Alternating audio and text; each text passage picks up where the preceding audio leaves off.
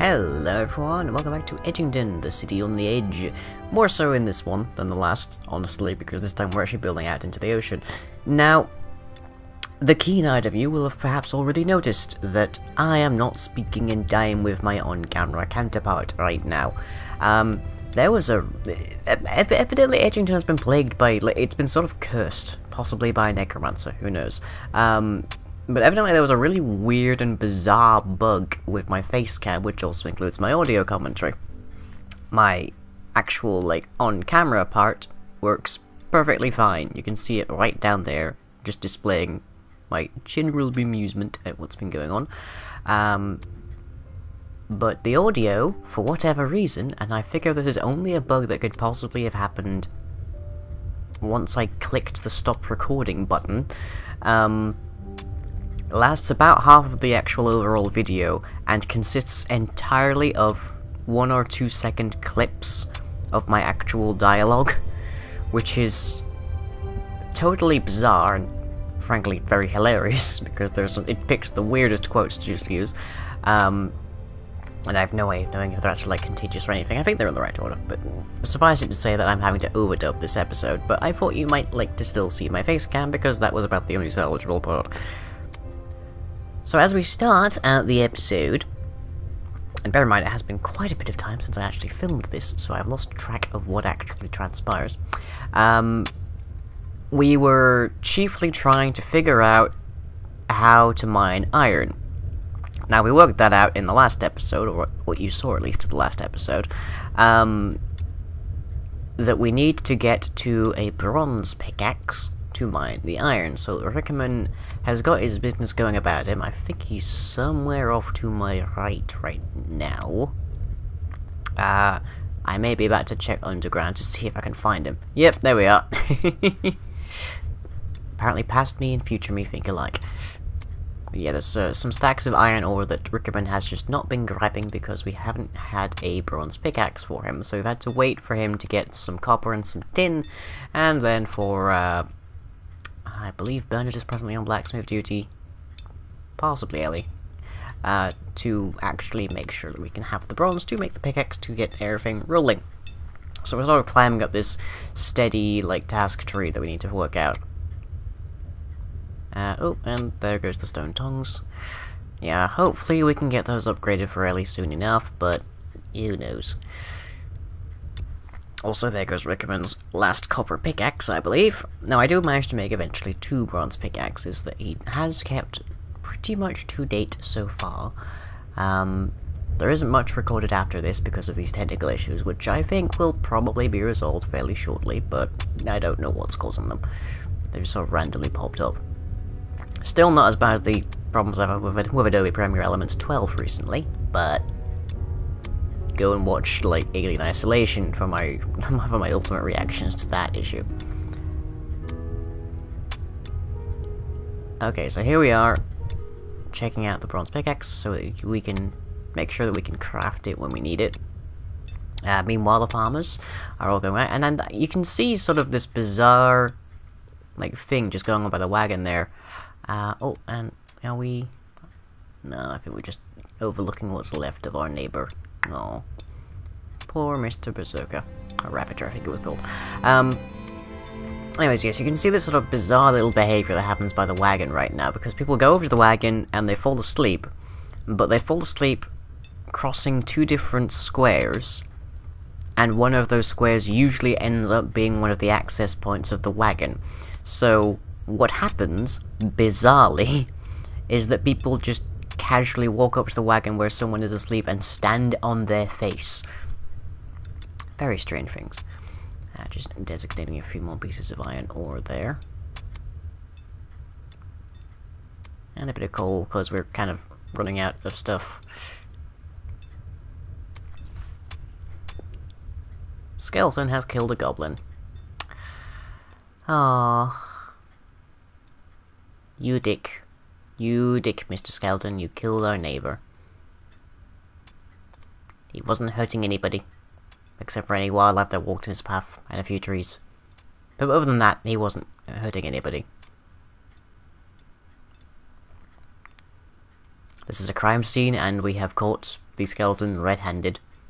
Mind you, the Ravager is also literally red-handed, but you know, the skeleton is probably to blame. Because... reasons.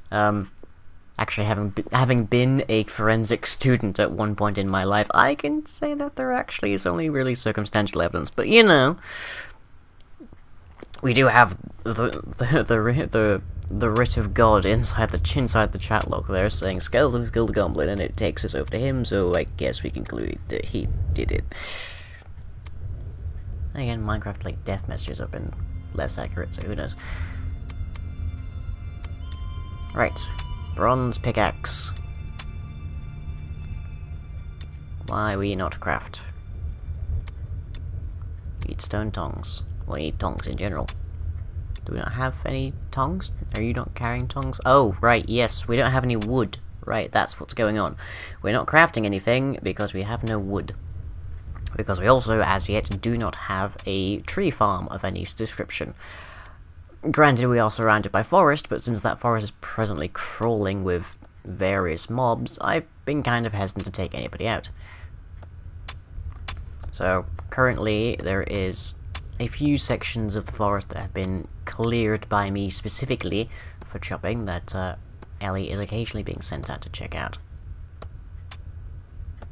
And I think it's whilst Ellie is presently trying to get some wood that Rickman's pickaxe, like, his last pickaxe breaks, so we can't replace it for a while. So he just gets a bit of downtime, which, you know, is nice. Meanwhile, a sheep wanders nearby, so we might as well grab him, because we might need him to make beds. It's going to be interesting when we finally get the overwater section of New Edge going, because I'm going to have to obviously move the herding designation.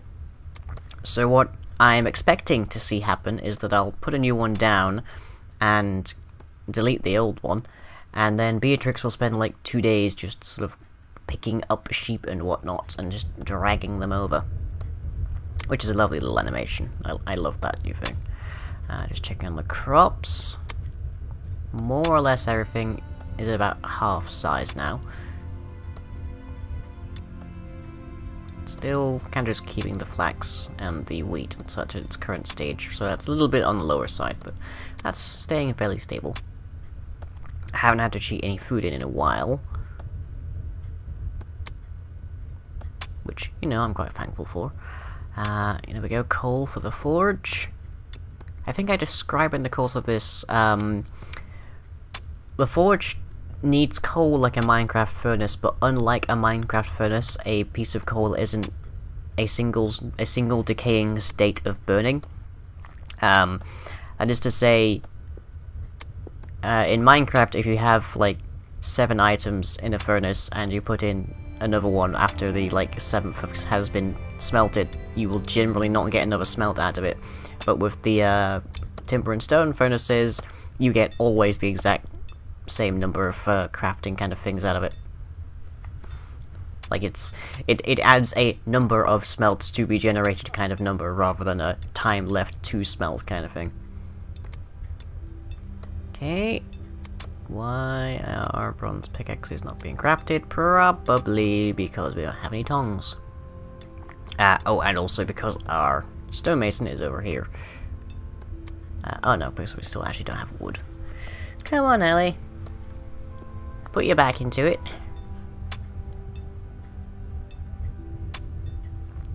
Just send Burner to get some stuff, because he's actually not been building a fair bit recently, which is why the bridge structure is still out.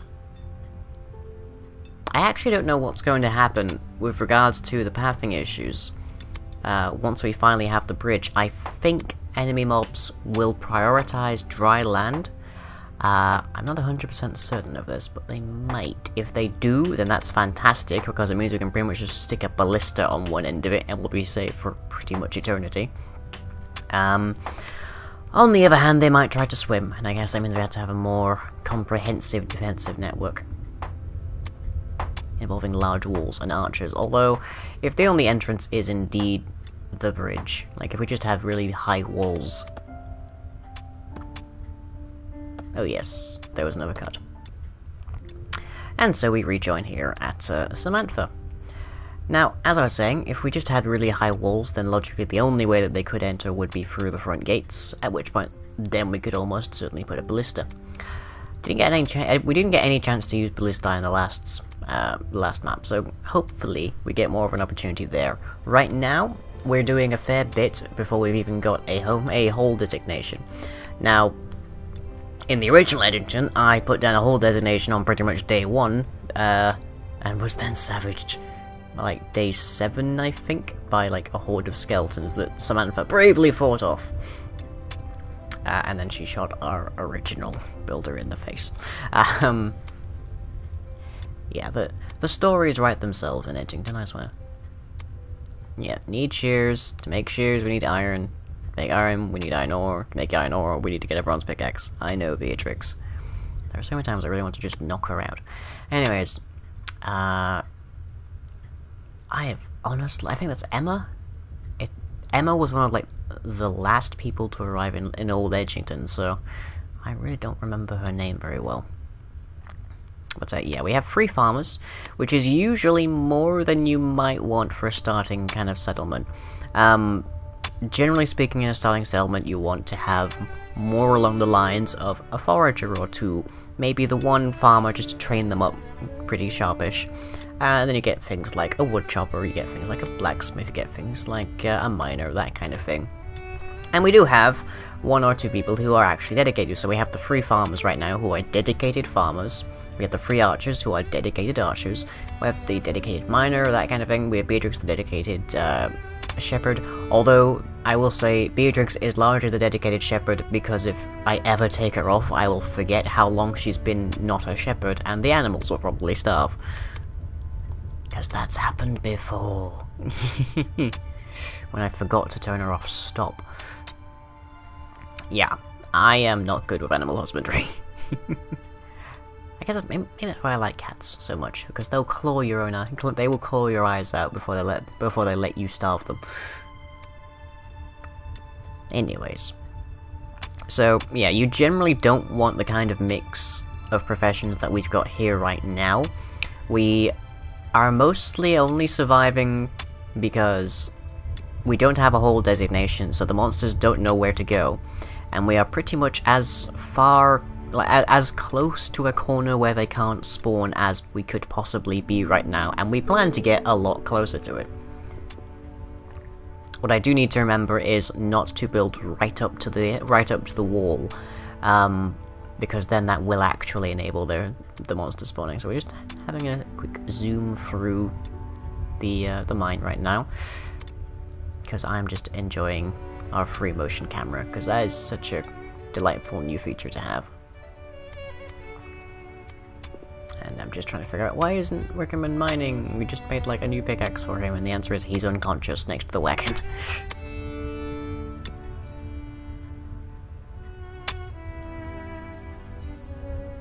Oh, and there goes the bronze hoe.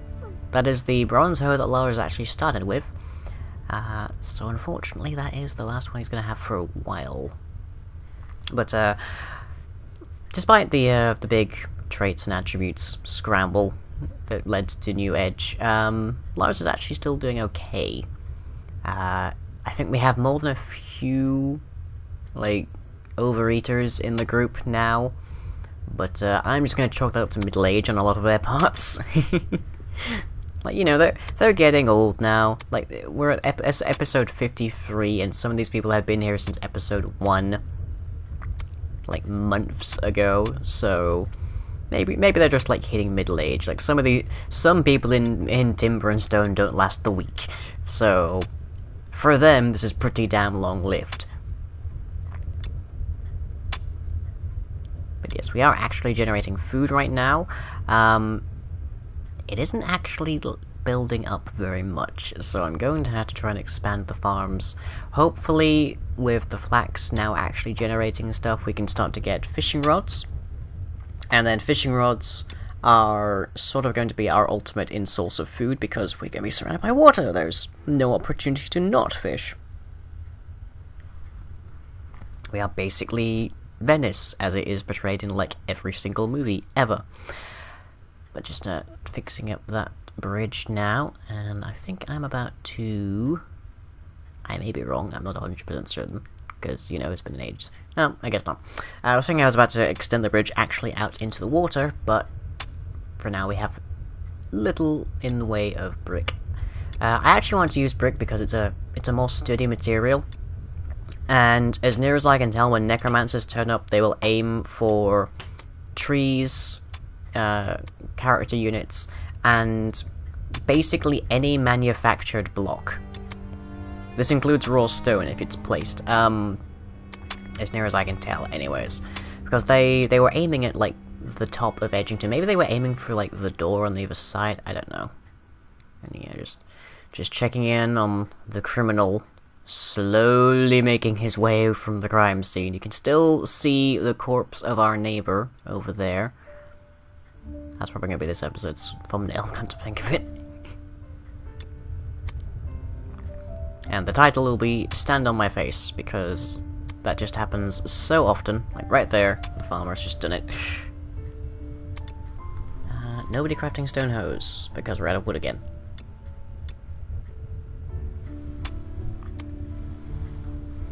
And until we actually get some new settlers, which is also...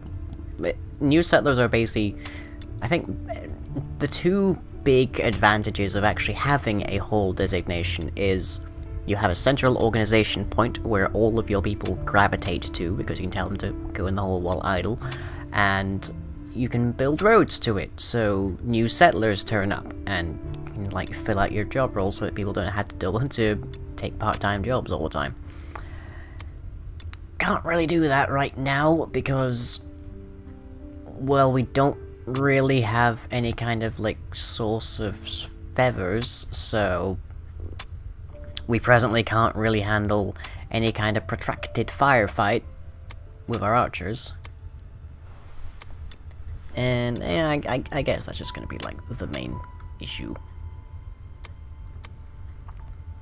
That's gonna be an issue. I'm going to try and avoid making any kind of whole designation pretty much up until we get just like straight out into the ocean. We start building our Atlantean kind of fort. And here comes the outro music. So as night sets, that means I have to fast forward, and I do believe I managed to do that after this session, so we'll get a little bit more ahead and all of these problems should be solved. But yeah, standing on the face, it happens, apparently. Yeah. Subtle. I think that's mostly to do with the model. Anyways, I shall catch you all next time.